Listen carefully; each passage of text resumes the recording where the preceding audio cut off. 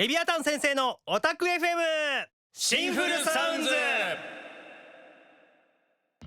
皆さんこんにちは。イケメン悪魔調教ゲームオベイミーガチオタ三男レビアタン役の加田聡です。お久しぶりでございます。お待ちかねのオタク FM が全世界の留学生の皆さんの応援のおかげで帰ってまいりました。ありがとうございます。ありがとうございます。ありがとうございます。この番組は待望のオベイミー ASMR シリーズのリリースを記念してゲストをお迎えし、皆さんと一緒にオベイミー ASMR シリーズを盛り上げていこうという番組でございます。ということで第4回目の放送はこの方をゲストにお迎えしました。どうぞ。どうも皆さん、六男ベルゼブブ役の矢口恭平です。イエーイ、お久しぶり。お久しぶりでございます。恭平さん久しぶりですね。本当に何年前とか数えきれないっすわ。何年前とか数えきれないって日本語合ってますか？それ大丈夫ですか？どれぐらいぶりわかんないわ。オタク FM に登場するのはもうでも 2,3 年とか、まあ余裕に経ってそうだよね。まあでもオタク FM 自体が久しぶりっちゃ久しぶりですからね。だからそんぐらい経っててもおかしくはないと思いますけどもね。これどうですか？久しぶりに来てみて。いや、なんか空気感相変わらずの加田くんの流暢なね進行でやってるんで、僕もその流れにね乗っていくだけで。まだ挨拶しただけです、台本通りのことしかまだ喋ってないいやでもね、最初の頃なんか最初の挨拶だけで加田くんカミカミだったんだけど、今はもうね、スラスラっとこうね言えてるので、めちゃくちゃいじってくるじゃないですかめちゃくちゃいじってくるで。そう考えるとそうですね。恭平さんだってオタク FM の記念すべき一番最初の第1回目のゲストでしたからね。そうでしたね、第1回。覚えてますか？あれ覚えてるよ。いつかあれってもう5年ぐらいになるんじゃない？5年ぐらい。あれね、いつ配信されたか覚えてます？何月何日か。いや、そこまでは覚えてないな。僕記憶してるんですけど、確かねあれ1月1日なんですよ。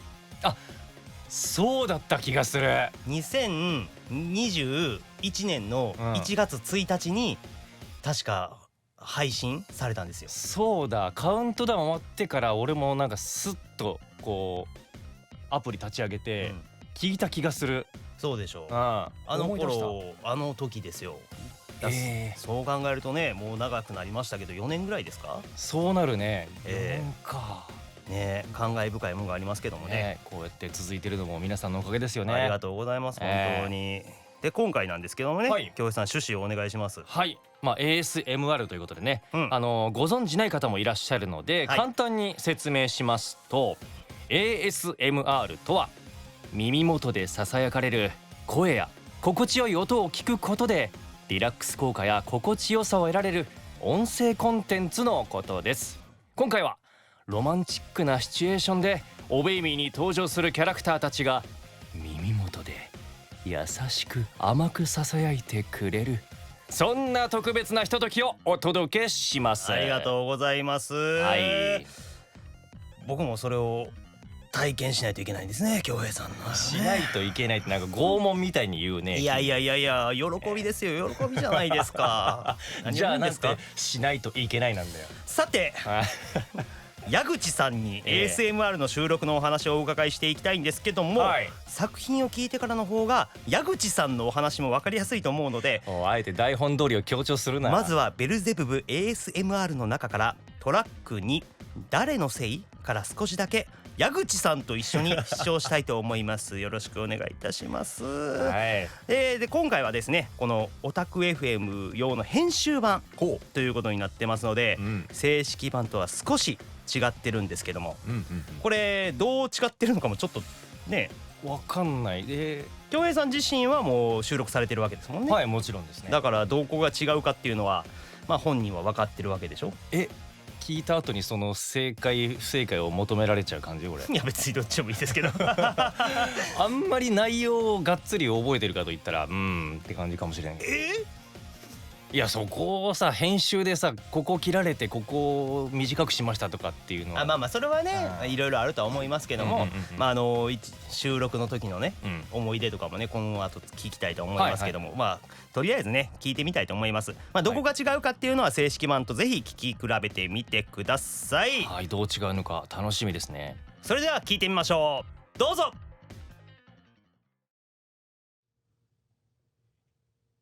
っき変な音したよな。一体どこから。手首？手首？お、なんだこれ。光の輪が俺の両手首。縛られてますね。どういう状況なんですか？いきなりこっから。手錠なのかな。ダメだ。どういう状況？近いわ。そしてそうか。じゃあ犯人はブルータルチェリーそのもの。これじゃわかんない。気になるところがサスペンス。とりあえず今これをどうしようか。俺は怪異はあんまり得意じゃないし、そもそも方法がわからない。兄さんたち脱出ゲームみたいになってる。あ、でも今日はみんないないんだった。メッセージ送ってくれるか。サタンあたりなら知ってるかも。さあ、かかるか。かかるか。どうだ。あ、返事来たか。いや、送信だった。なんやねん。サタンが豆でありますように。返事が来るまでに他の解決策がないか。いや、わりかしピンチに冷静だね。なんかあれですね。いや、後で言おうか。いや、ゾワゾワする。ゾワゾワする。とにかく試してみよう。ちょっと体勢変えて。よし。頼む。どういう体勢なのこれって。どういう体勢でやったのもともと。あ、頼んでから言うのもなんだけどなあ。鎖と一緒に俺も。怖っ。魔法。ちょっと不安になってきたんだけど。ああ、効果音がつくと。お、どうした？お前、鎖じゃなくてなんで俺の服が裂けてる？ベールめっちゃ喋ってる。そうそうそう。笑ってる。珍しく。レビに借りた格闘漫画みたいな避け方。ちょっと想像できたでしょ。いや、まあまあ確かに確かに確かに。こんなのソロモンに見られたら怒られるんじゃないか。笑いながら喋るのも珍しいんだ実は。ああ、確かに。そうそうそう。レアです。ちょっと眉間にシワが寄ってる。いや、絶対怒ってる。お前、怒った時いつも近づいてくるなよ。観察眼は鋭いからな。あら。は？怒ってた。は？でも押したくらいじゃ俺はすぐ。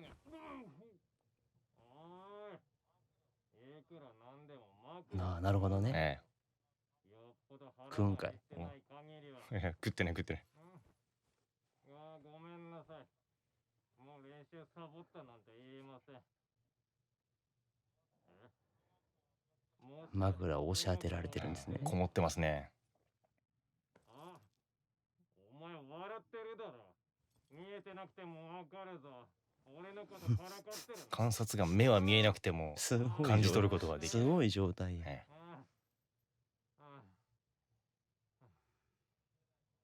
前の顔見れないから俺とかして。ああ、解放された。ありがとう。これだけ暴れ。まだついてたんかい。ピンチ。もしここで兄さんたちが帰ってきて手首を拘束されて服が裂けてる俺の上にお前が馬乗りになってるところを見られたら、俺明日から飯抜きになるかもしれない。罰を与えられるかも。いやー、どういう状況なのこれは。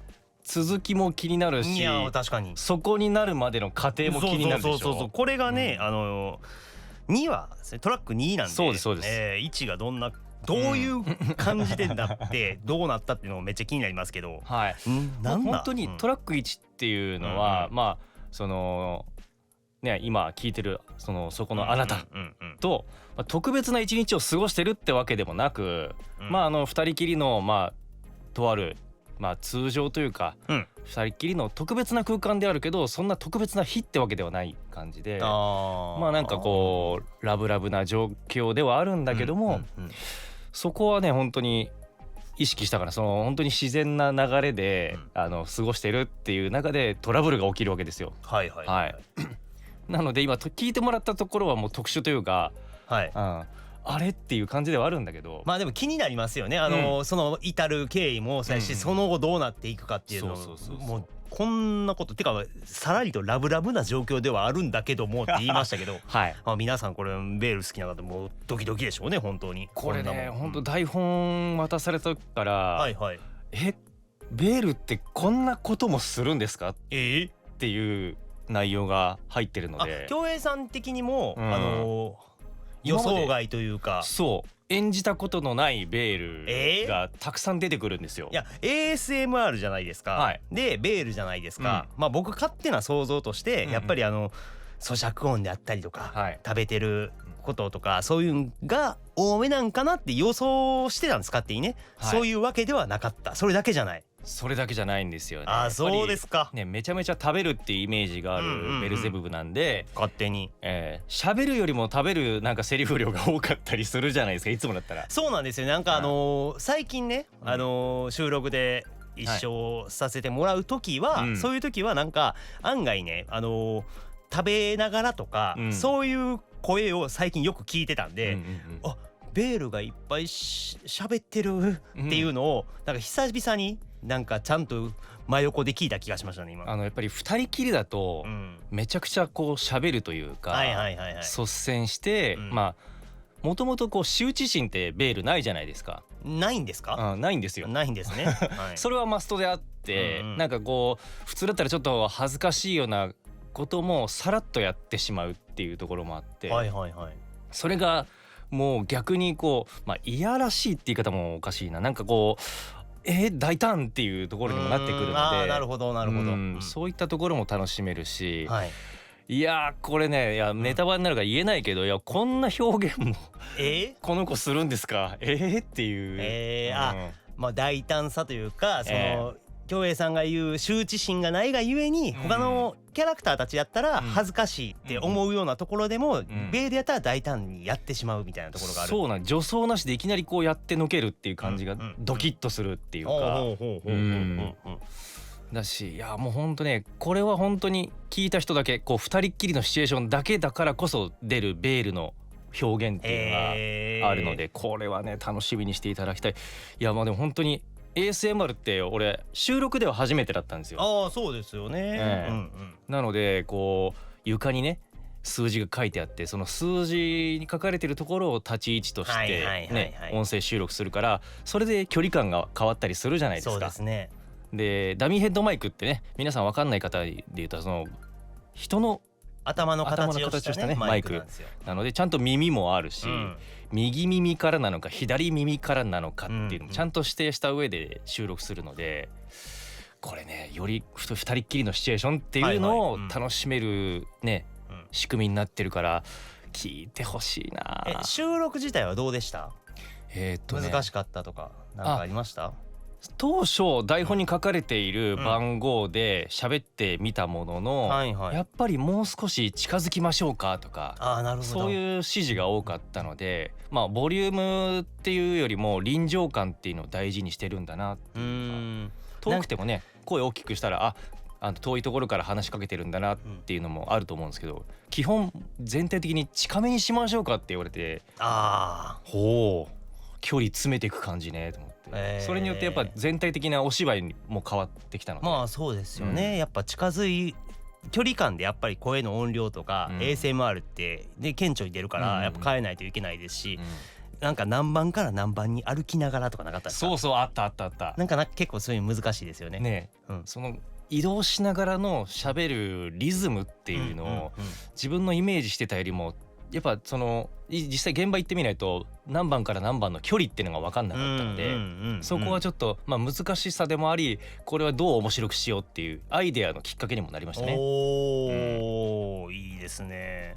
じゃあ京平さん自身はもうやってて充実感もあったし、そうほんとね興奮しすぎて、床の数字書かれてる床って普段だったら普通のフロアのね、床なんですけど、そこやっぱ音がね立てられちゃいけない、音が出さないように布が敷かれてるんですよね。そうなんですよね。布の上にこう番号が振ってあるから、興奮しすぎて思いっきりこう移動したんですよ、体重かけて。なるほど。布がずるっとなりまして、あーと思って、全体的にこれ距離感間違っちゃうんじゃないかなと思って、バレないように布の位置を直しました。これは多分バレてないはずです。何のカミングアウトしてんですか？これ実はやっちゃってたんですけど、そうなんですよ。布をただ敷いて、一応ガムテープで固定はしてあったんですよ。ガムテープ程度じゃね、体重移動耐えられないじゃないですか。けどやっぱりちょっと収録に夢中になりすぎて、9番から1番移動だズサうわーってなって、ちょっとね。クレームですか？いやクレームじゃないです。ガムテープ程度でもうできるわけないやろっていう。いや収録時のクレームということで受け取って、俺のうっかり天然ミス可愛いねで終わってほしい。これはあれですか、次回以降のスタジオさんへの要望としてなんか送っておこうみたいな。まあ確かにスタジオさん今回初のね ASMR のダミヘを使っての収録だったっていうのもあって、そこは改善して、違うクレームじゃないですよ。怖っ久々に登場したらクレーマーになってるじゃないですか、京平さん。そんなことないですよ。勘弁してくださいよ。演者が気をつけろって話ですよ。そうですよ。もちろんこっちの問題ですから。すいませんっていうことです。そうですね。いやでもこれ収録してね完成したわけですけど、ここ聞いてほしいみたいなおすすめポイントとかあったりするんですか？そうだね、やっぱりさっきも言ったけど、一番距離を近い状態で喋ってる時のベールのねささやきっていうのはねしびれますよ。ああそうですか。何を言ってるのかはもう言えませんけども、聞いてみてのお楽しみっていうことですよね。それはまあね、普段とはちょっと違ったベール、新しいベールっていうのも感じられるということで、ぜひこれは聞いてほしい。皆さんぜひね本編を聞いていただきたいと思います。オベイミー ASMR シリーズケースベルゼブブ囚われるなら君とは DL サイトにて好評配信中です。続きがね気になると思いますので、ぜひオベイミー ASMR 特設サイトをご確認ください。さらに新しくオープンしたデジタルコンテンツ販売サイトソルストアでも配信中です。ベルゼブブ編だけでなく、過去にリリースした ASMR も配信中。 DL サイトソルストアお好きな方でご購入ください。各配信サイトやオベイミー公式 YouTube チャンネルでは無料サンプルも公開しているので、ぜひヘッドホンをつけて聞いてみてください。ありがとうございます。さてお送りしてきましたレビアタン先生のオタク FM シンフルサウンズ、そろそろお別れのお時間でございます。京平さんどうでしたですか？もう終わっちゃうんですか？そうですね。いやなんかいつものオタク FM なんかいろんなコーナーがあってね、ありましたね。すごく楽しめたんです。今回も楽しんだんですけども、またちょっとねファンの皆さんからの今の言い方良くないですよね。どうなんですか？過去はいろんなコーナーあって楽しめたんですけど、今回はほら皆さんのお便りとかね募集してないので読めなかったりするわけじゃないですか。そうですね。そういったやっぱりファンとの交流もあってのオタク FM を俺が昔はカミカミやったけど、今京平さんがカミカミになってしまったんですか？終盤に来て噛んじゃったね。疲れてるんですか？オタク FM を再びね皆さんと一緒に楽しむ形でやりたいなと。確かにね、それはね僕も求めてるところではあるんですけど、やっぱりねお便りとかあったら嬉しいですしね。でも過去ねしんどいこともあったでしょ？しんどいこと？嘆きの館劇場とか覚えてないですか？即興芝居。ごめん、俺辛いこと全部デリートできる機能があって。過去楽しかったっていう嘘でしょ？覚えてへんやん。この人何覚えてへんやん。気になる。何だったっけ俺。怖っ。やっぱ覚えてへんやん。あったでしょそういうコーナーとか。いやあった、コーナーがあったのは覚えてるよ。絶対覚えてへんやん。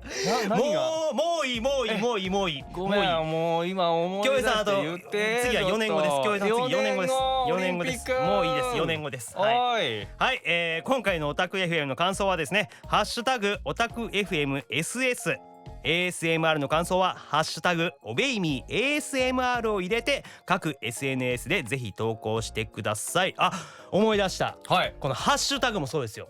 ハッシュって言ってた。そう、これね、今台本にハッシュタグってカタカナで書いてくれてるんですけど第1回目の時に僕シャープって書いてて、ハッシュタグではシャープみたいなつけるじゃないですか。記号だけね、記号だけ書いてあって、これなんて読むんですかって僕聞いたんですよ。全然わからんから、SNS わからんから、これなんて読むんですかって言ったら京平さんが「ハッシュでいいよ」で、俺それ信じてハッシュオベイミーとかハッシュオタク FM つけてっつったら全然違う。ハッシュタグあれだけでハッシュタグって読むっていうのをね騙されたっていうのを今思い出しました。でそれ言ったら俺そんなの言っとっけ、ああ間違えちゃった。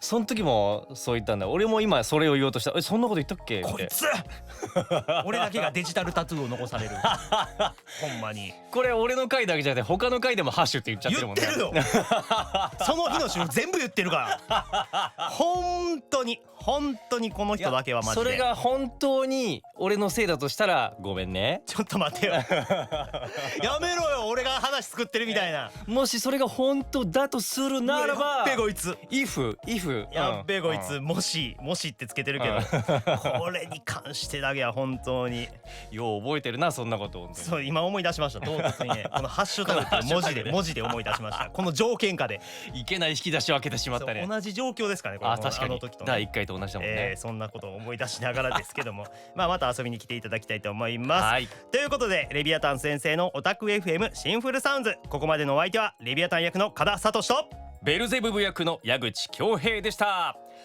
バイバーイ。ベルゼブブ役の矢口恭平です。イケメン悪魔調教ゲームオベイミー ASMR シリーズ第4弾ケースベルゼブブ囚われるなら君とが DL サイトとソルストアの2つのサイトにて好評配信中です。ベルゼブブと離れられない2人だけの時間をバイノーラルマイクで収録された没入感たっぷりのシチュエーションボイスドラマでぜひお楽しみください。早期購入者特典としてキービジュアルを使用した PC とスマートフォン壁紙を配布しています。こちらは10月31日23時59分までに購入された方が対象となりますので、まだの方はお早めにご購入ください。またオベイミー ASMR シリーズ第5弾も進行中。こちらもぜひお楽しみに。